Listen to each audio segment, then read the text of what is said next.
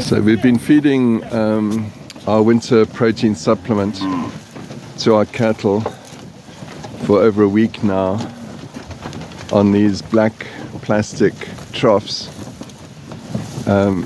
which is an idea I've been working towards for some time.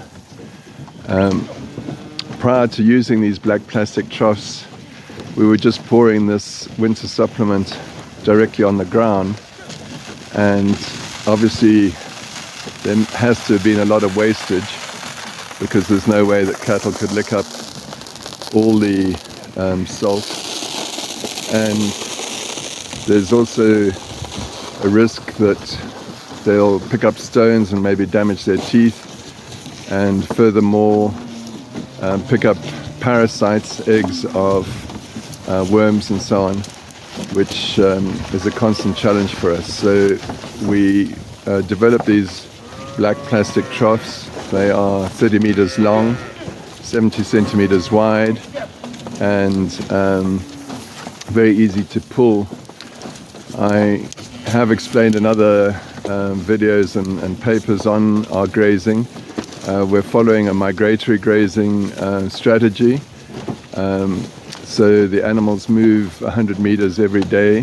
Their night crawl gets moved 100 meters every day, and so it's very easy to just pull these plastic troughs that extra 100 meters and then feed out the salt. I was a bit concerned that maybe when a cow, this grey one's just stood on the trough, maybe their hooves would cut the plastic, but there's been no sign of that happening. And the cost of these troughs is so small that just a 10% saving in wasted feed would pay for themselves in 1 year, and I'm pretty confident that they will last longer than a year. So it's definitely an idea that I think is worth exploring. You will see that our herd is thoroughly mixed in terms of class of animals. We've got fully mature cows, lots of young calves and yearlings and weaners. Next week we are planning to split our herd into two.